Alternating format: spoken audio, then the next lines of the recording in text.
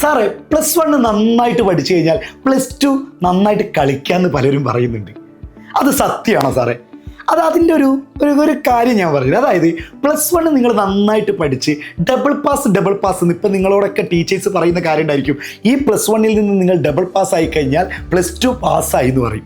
അതായത് +1 ഇത്ര മാർക്ക് വാങ്ങിക്കഴിഞ്ഞാൽ, അതായത് +1 +2 കൂടി മാർക്കായിരിക്കും നിങ്ങൾക്ക് +2 കഴിഞ്ഞിട്ടൊരു സർട്ടിഫിക്കറ്റ് വരുമ്പോൾ അതാണ് നിങ്ങളുടെ മെയിൻ മാർക്ക്. അപ്പോൾ +1 ഏറ്റവും നല്ല മാർക്ക് വാങ്ങിക്കഴിഞ്ഞാൽ +1 പിന്നെ നിങ്ങൾക്ക് പേടിക്കേണ്ട ആവശ്യമില്ല. അതായത് തോറ്റു പോകുമെന്നുള്ള പേടിയില്ല. ഇപ്പോൾ ഒരു എക്സാമ്പിൾ പറഞ്ഞു കഴിഞ്ഞാൽ 80 മാർക്കിൻ്റെ സബ്ജക്റ്റുകളാണെങ്കിൽ എഴുതി നിങ്ങൾ 48 മാർക്ക് വാങ്ങുകയാണെങ്കിൽ നിങ്ങൾ ഡബിൾ പാസ്സായി. അതായത് നിങ്ങൾ പാസ്സായി. +1 +2 നിങ്ങൾ ഫെയിലല്ല, പാസ്സായി. അപ്പോൾ നിങ്ങൾക്ക് ഈ 48 മാർക്ക് ആദ്യ പടിയിൽ തന്നെ, അതായത് +1 തന്നെ വരുമ്പോൾ +2 നിങ്ങൾ കുറച്ച് കളിച്ചാലും നിങ്ങൾക്ക് എന്താണ്, നിങ്ങൾക്കുള്ളിൽ ഒരു ഇതുണ്ടോ, ഞാൻ പാസ്സാണല്ലോ എന്ന് വിചാരിച്ച് കളിക്കാനല്ല കേട്ടോ പറയുന്നത്. കാരണം ഏറ്റവും നല്ല മാർക്കുള്ളവർക്ക് മാത്രമേ +2 ഒക്കെ കഴിഞ്ഞിട്ട് എന്ത് കിട്ടുള്ളൂ, സീറ്റ് കിട്ടുള്ളൂ. അപ്പോൾ അത് നന്നായിട്ട് മനസ്സിലാക്കുക. അപ്പോൾ അതിൻ്റെ ഒരു കാര്യം അങ്ങനെ തന്നെയാണ്. അപ്പോൾ അങ്ങനെയാണെങ്കിൽ സാറേ എങ്ങനെയാണ് ഈ ഡബിൾ പാസ് ഒക്കെ ഞങ്ങൾ വാങ്ങാം?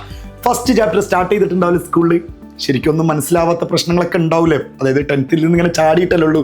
പുതിയ സബ്ജക്റ്റുകളൊക്കെ കണ്ടപ്പോൾ നമുക്കറിയാത്ത പല കാര്യങ്ങളും, പല കേൾക്കാത്ത കുറേ വാക്കുകളൊക്കെ കണ്ടപ്പോഴും കേട്ടപ്പോഴേക്കും നമുക്ക് എന്ത് ഒരു ആശങ്ക ഉണ്ടാവും, ഞങ്ങൾ എങ്ങനെ പഠിച്ചെടുക്കുന്നു. അതിനായിട്ട് മക്കളെ നിങ്ങൾ കൃത്യം 7:30 ഏതാണ് സാറ് ദിവസം, അതായത് ഈ വരുന്ന 7-ാം തീയതി, ജൂലൈ 7-ാം തീയതി തിങ്കളാഴ്ച നമ്മുടെ +1 commerce and humanities channel subscribe ചെയ്യാത്തവരൊക്കെ ഉണ്ടെങ്കിൽ ഒന്ന് സബ്സ്ക്രൈബ് ചെയ്ത് വെക്കുക. പിന്നെ അതുപോലെ തന്നെ നിങ്ങൾ എന്ത് ചെയ്യുക, ഫ്രണ്ട്സിനെ കൂട്ടി 7:30 വരാം. 7:30 നമ്മൾ ഒരു 8 മണി വരെയുള്ള സ്റ്റഡി പ്ലാൻ ഉണ്ട്. അത് സാധാരണ നിങ്ങൾക്ക് കിട്ടിക്കൊണ്ടിരിക്കുന്ന സ്റ്റഡി പ്ലാൻ പോലെയല്ല. നിങ്ങൾ എങ്ങനെ ഒരു 10 days പഠിക്കുക എന്നുള്ളതാണ്. നമ്മളൊരു വർഷത്തേക്കുള്ള സ്റ്റഡി പ്ലാൻ ഒന്നും നിങ്ങൾക്ക് തരുന്നില്ല. ഒരു 10 days നിങ്ങൾ എങ്ങനെ പഠിക്കാം, ഈ 10 days നിങ്ങൾക്ക് മനസ്സിലാക്കാൻ പറ്റും. ഇത്രേ ഉണ്ടായിരുന്നുള്ളൂ കാര്യങ്ങൾ, ഇതൊക്കെ വെരി വെരി സിമ്പിൾ, ഇതൊക്കെ ഞങ്ങളെ കൊണ്ട് പറ്റുമോ ഇല്ലയോ എന്ന് ഈ 10 days. അപ്പോൾ തിങ്കളാഴ്ച നിങ്ങൾക്ക് സ്റ്റഡി, പിന്നെ ചൊവ്വാഴ്ച മുതൽ നമ്മൾ കൃത്യമായിട്ടുള്ള ക്ലാസ്സുകൾ തരും. സാറേ ഞങ്ങൾക്ക് ഇംഗ്ലീഷാണ് ബുദ്ധിമുട്ട്, സാറേ ഞങ്ങൾക്ക് അക്കൗണ്ടൻസിയാണ് ബുദ്ധിമുട്ട്, സാറേ അയ്യോ അതല്ല കേട്ടോ എക്കണോമിക്സ് ആണ് ബുദ്ധിമുട്ട്, അയ്യോ ഞങ്ങൾക്ക് അതൊക്കെ അറിയാം ഹിസ്റ്ററിയാണ് ബുദ്ധിമുട്ട്.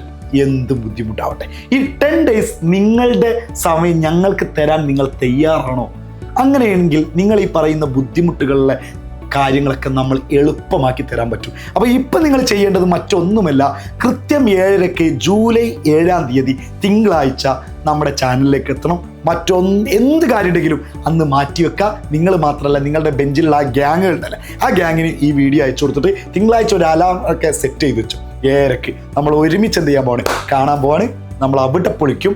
എന്താണ്, എങ്ങനെയാണ് ഡബിൾ പാസും അതുപോലെ തന്നെ +2 കളിക്കാനുള്ള ഒരു അവസരം +1 നിന്ന് എങ്ങനെ ഉണ്ടാക്കി എടുക്കാന്നുള്ളത് നമ്മൾ അന്ന് പറഞ്ഞുതരും. അപ്പം മറക്കണ്ട, 7-ാം തീയതി ജൂലൈ 7 കൃത്യം 7:30 തിങ്കളാഴ്ചയാണ് കേട്ടോ. അന്ന് കാണാം. ബൈ.